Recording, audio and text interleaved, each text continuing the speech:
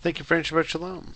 The festival of freedom is upon us. What do you need to free yourself from whatever imprisons you? This parsha forms a fascinating transition as it moves the nature of law from ritual to ethical, beginning in Leviticus 16 with the rules for the day which become the most important day of the Hebrew year, Yom Kippur, the Day of Atonement. Then moves on to Leviticus 17, which is all about ritual slaughter. Slaughtering of animals, even for food, was to be via a formal ritual done by the priest. There were no butchers. Prior to the flood, man was a vegetarian. After the flood, animals became permitted as food. Leviticus formalized how. Since this involved taking life, it must be done to reflect the sensitivity of that. We had a greater respect for animals and for ritual, and this is a reminder that we should still have greater respect. We are now so far removed from the life and death of animals and plants, we've lost our awareness of how our food comes to be on our tables. This parsha, my friends, is our reminder. Leviticus 18 is the turning point. God says we are not to be like the Egyptians, where we were, or like the Canaanites, where we are going. You shall do my judgments, and you shall observe my laws. I am he who causes to be your God. Until now we have dealt with ritual, and now we move towards the ethical. The laws are different. We ask why we eat cow and not pig, but we don't ask why we don't steal, lie, or cheat, or kill. Ethical laws are broader. They are more diverse.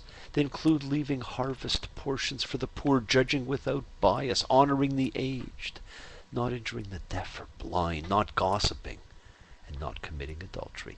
Ethical laws are about our feelings and about our having empathy with our fellow human beings and attributing value to the lives of all. They are the laws of respect.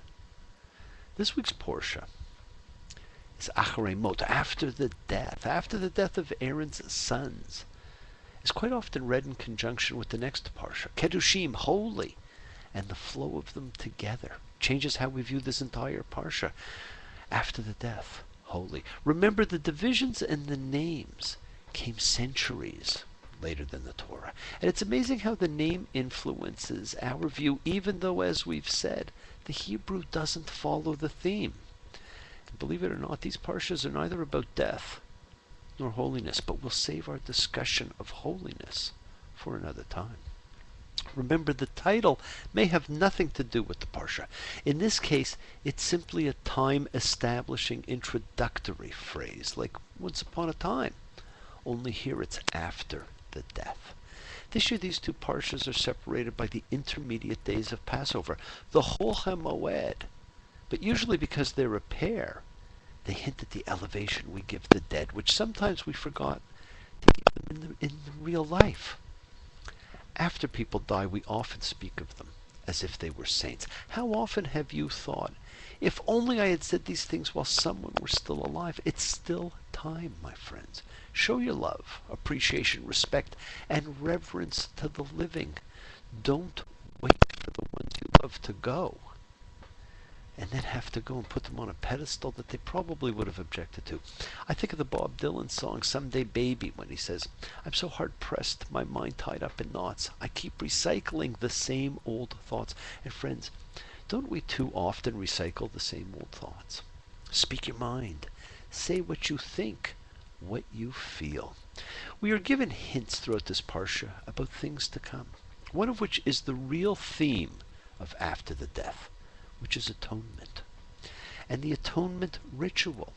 Yom Kippur supplants the festival of freedom as the holiest time of the year, and in so doing, it reminds us of the ancient ritual of the soul's assessment on death, and the final question of the assessors.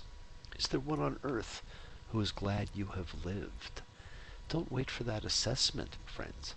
Tell the living what they mean. As the Beatles saying, I want to tell you, my head is filled with things to say. Our lives are defined not by what people say, but by what they do. There is only one currency in life, and that is love. Grow it, share it, spread it. I'll give you all I got to give if you say you love me too. I may not have a lot to give, but what I got, I'll give to you. I don't care too much for money. Money can't buy me love.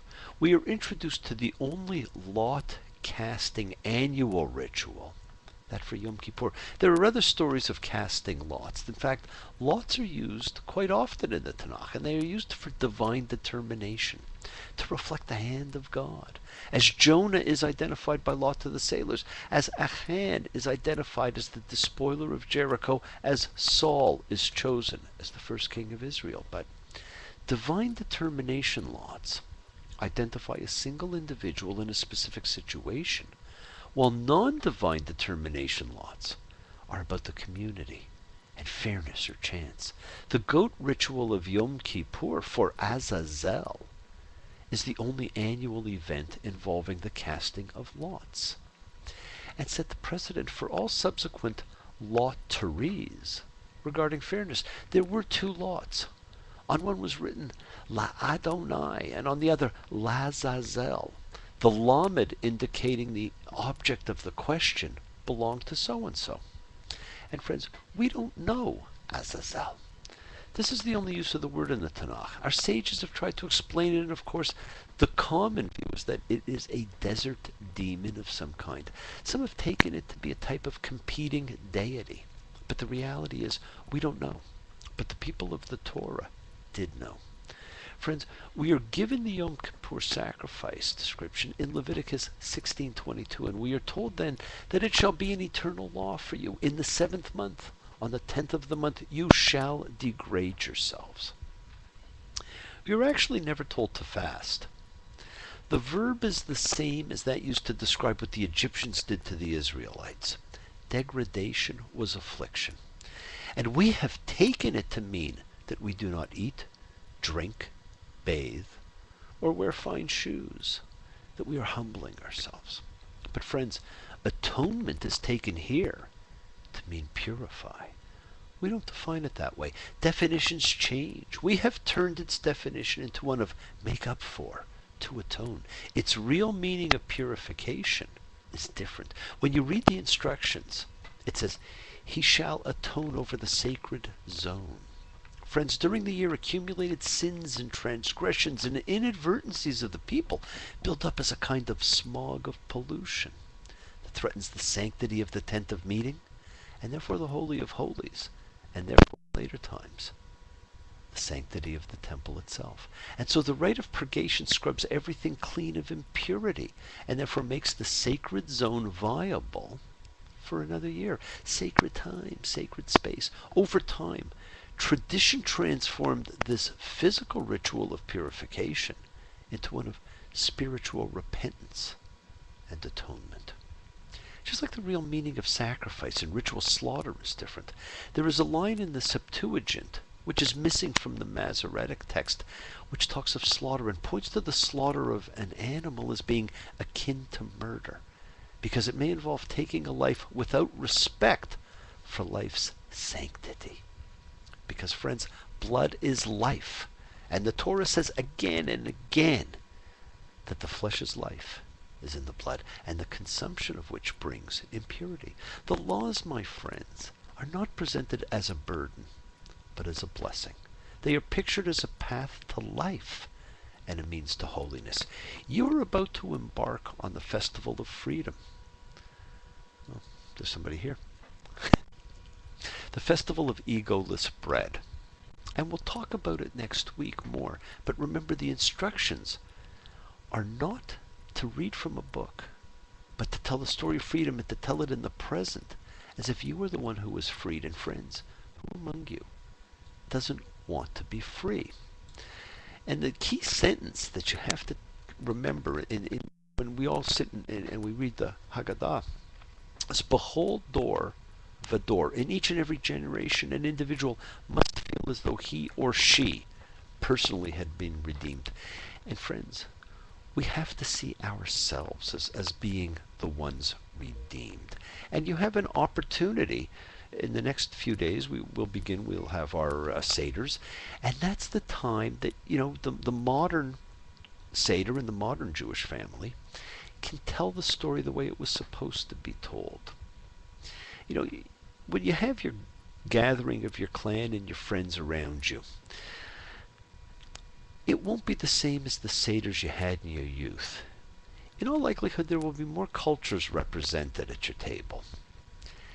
And these different cultures relate differently to notions of oppression and freedom. And they'll have their own rituals and memories and foods and songs.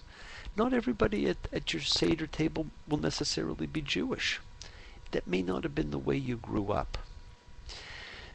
Do the other members of your family have difficulty in making the Passover story one that relates to the self? What gets in the way of that? These are the things we have to think about. Are you an insider or are you an outsider? Right? We have to tell the story as if we ourselves were the ones who were freed. And friends, we all imprison ourselves and we all need to free ourselves. I wish you all a wonderful Festival of Freedom, and we'll talk more about it next week. In the meantime, Shabbat Shalom.